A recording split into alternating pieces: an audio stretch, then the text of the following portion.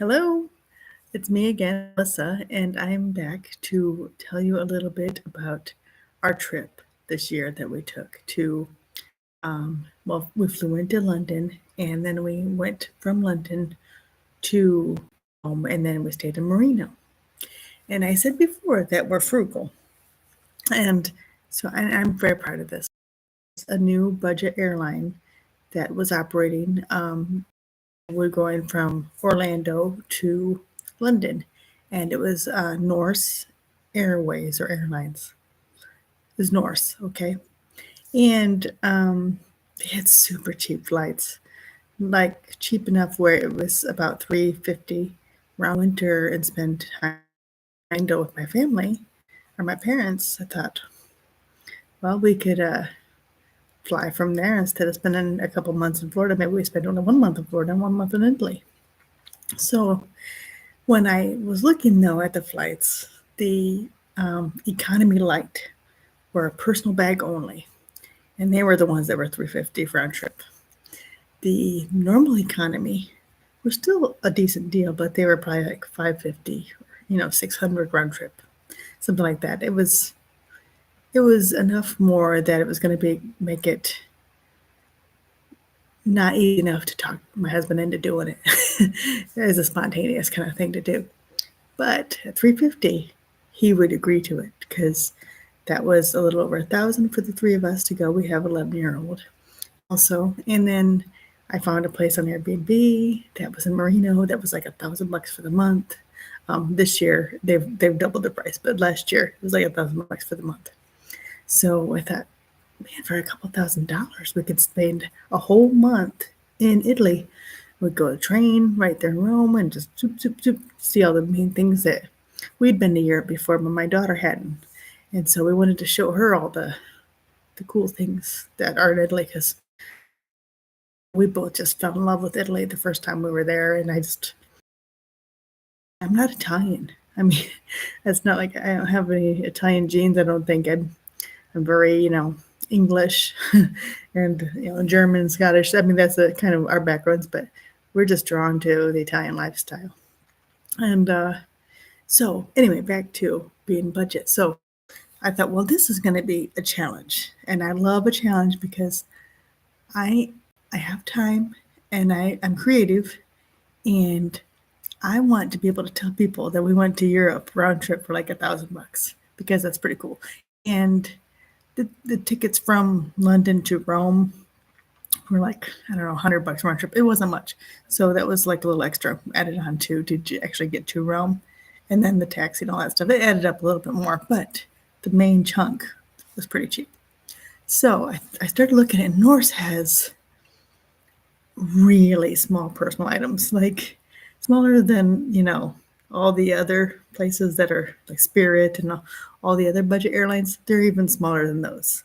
Um, they're so small that like the normal things that I would use as personal bags on my other flights were still too big. It's like a normal backpack, too big. So, and they were like some people say in the comments because I was looking on the comments of if how strict they are. Some say, oh, they didn't check at all, and then others were saying they measured each bag and they were making them pay as a carry-on if they were too big. And I thought, well, that's going to blow my whole budget if I have to pay $100 at the airport per person because, you know, we messed up on our bags. So I got the measurements and I tried to find. Amazon was hard. You couldn't even find hardly anything on Amazon. There's only a few things I found on Amazon that actually fit the actual size requirements of this one. And but what I did was I loved obviously I loved thrift shopping, Goodwill, Salvation Army, all those places. Because we like the challenge of the finding the cool things, right?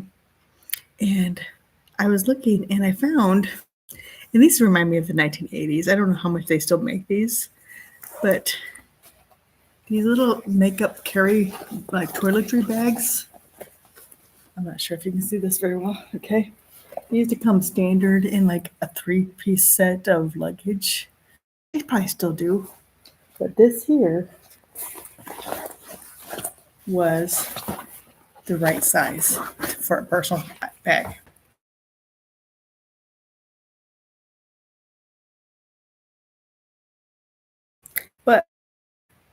just the width of this, pretty much. So what I did was I bought some of those squeeze vacuum bags where you squeeze the air out. And I packed our clothes real tight in that. And then I think I fit 2 of them in here. Might have been just one. I think it might have been 2 though. I think either way, it depends. I can't remember. And I made sure that after this was full, let me see if I get a better angle here. See. After this was full, I took this, and see how this has this loop here, like this? I took this, and I looped like a cinch, and I just cinched it as tight as I could, and then I carried it like that through the actual check-in part. So it was tight as I possibly could get it cinched. That way it wasn't just kind of bulging just because it was bulging. Because I read some places that they were sticklers, like they wouldn't even let you touch your bag to push it in, even though it was obviously the right size. Some of them were real sticklers. So I thought, I am not going to do all this work and have them say, oh, it doesn't fit. So I cinched it real tight. And my husband, we both found bags like this. And his was, I think we spent like $3 or $4 each on them. But I figured they're cheap and you find them at all these Salvation Armies and things like that. So if it's a problem, they get tore, whatever, get rid of them. For my daughter, I found this backpack. Okay. And it's kind of a kid's size backpack. Now, not one of those like Disney ones where they have Moana or whatever on them, because those are too big. Because we had one of those and they were too big. But this one is kind of like almost like a preschool size backpack. And this is the size of it. And we made sure my daughter, she had, because she's homeschooled, have the normal things that normal kids, not normal, you know what I mean, kids that go to school, because they don't have the requirements of leaving the house every day. So a lot of times they get a little lax on changing their clothes or whatever sometimes, and you got to get on them after a while, like it's been a couple days, So to her, not packing a lot of clothes wasn't a big deal. She's like, I could do that all day. So, and we had a washer. Our apartment had a washer. It has no dryer, but it had a washer. So we thought, okay, so we'll make sure we'll pack plenty of underwear, like 5-6 pieces of underwear at least for last like a week, because we're going to wash them. And then at least 2 pair of pants packed, 1 pair you're wearing, and then maybe like 4 or 5 shirts, t-shirts, and then a sweatshirt or 2. The thing was, we of course had 2 t-shirts on and a sweatshirt on each of us. So we had 3 shirts on when we're on the plane because, Mama didn't raise no fool, right? So I'm like, we're all layering up. And I had, I don't know if I ended up doing it or not, but I think I was going to. I had like those leggings, stretchy leggings, and I was going to wear it underneath my jeans. So I had some leggings for like pajamas, and then I had jeans for cold, because we're in the winter, so it's kind of colder weather. And then we all had coats, because again, we were there in the winter, and I went up to Venice. It was cold. It was snowing. It was cold. So we all had coats on. And in our coats, we had packed like socks and underwear and things in our coats too, because you can just carry your coat on. They didn't care about that so much. They just cared about these bags. So my husband, funny story. Okay. As we're packing, my husband has tons of underwear packed in his coat, and it looked ridiculous. I was like, it's obvious you have your coat just stuffed with stuff. I'm like, it's going to be uncomfortable. And I said, why don't you just take some of that out? Well, you got some packed. So, you'll be fine with just a few. And I did buy like a bunch of really thin underwear and thin shirts that are like breathable. So they're kind of lightweight, when we washed them, we could dry them on the radiators, because they had radiators in all the places in Italy that we stayed. So you wash them and then you'd hang them on the dryer or outside. We just hung them on the radiators throughout the apartment, and they'd dry since they're real thin. So anyway, so we got all like new lightweight underwears and t-shirts and things like that to be able to wash our clothes. And plus it's easy to wear a bunch of them then too. So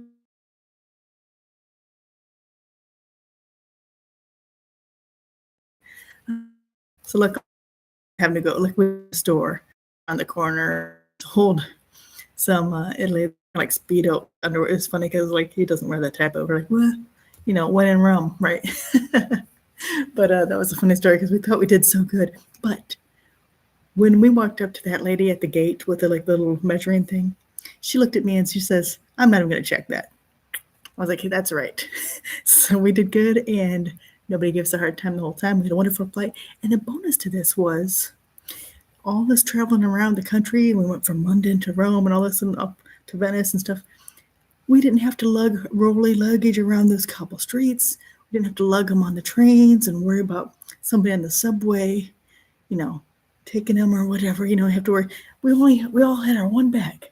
It's all we had to worry about carrying, and made it so much easier when we're actually at the location, just to walk around. And with and I think I packed a couple of those like little lightweight baggies too, so we could even pack even lighter on our day trips. But it worked. Just a couple vacuum seal bags, lightweight shirts, layer up. I mean, don't go crazy. You don't have to. I mean, we went for a month as long as you have a washer. Now, if you're going like 10, 15 days and you're staying in a hotel and there's no washer, then maybe layer up a little more, you know. But honestly, they don't care if you're layered up. You're uncomfortable. They don't care. Okay. And our toiletries, we packed like toothbrushes, one toothpaste, like a little one, and like one little soap and one little conditioner because we thought, and one little deodorant for each of us because we thought we're going to be there a month. We're going to go to there's stores. We're going to go buy stuff. So we'll go buy like real, you know, stuff for the month at one of these little local stores. And we did. So we just had stuff for just in case, you know, a couple of days and we're in London or whatever, you know. But that worked nicely because then we didn't have to worry about a bunch of booky stuff. And with that, we'd brought an iPad with us and a Kindle tablet and 3 phones. And also maybe I should make another video sometime talking about how we were able to stream all of our shows and not miss any of the you know, NBA games or Big Ten games or whatever, because I was into all that this year. We were able to do all that because we took our Fire Stick with us and we had a VPN and we're able to watch all of our American shows. So maybe we can do a video sometime about that if you're interested on how we were managed to do that, because my husband was he had no clue that there was even a possibility. And when we got there and we were doing all this, watching our TV shows in the evenings, he just stopped and looked at me and was like, "Thank you for doing so much," because I didn't even realize, you know, he didn't even realize like that was an option or that was something that they could do. And it was easy and it was cheap. And we stream all of our shows anyway. And so it's easy for us to take our Fire Stick and just go wherever we're going. And then we don't lose our shows that we like. Like everywhere we travel to, it's like we travel with our TV basically. And so we were able to do that in Europe too. And it made it so much better to have a month in Europe and not have to watch Italian TV the whole time. Get a little piece of home. So I think that's probably enough for the video right now. But please like and subscribe. And if you'd like to hear more videos like this, let me know. I can tell you some more of my cheap techniques on travels. And thanks again. Nice seeing you.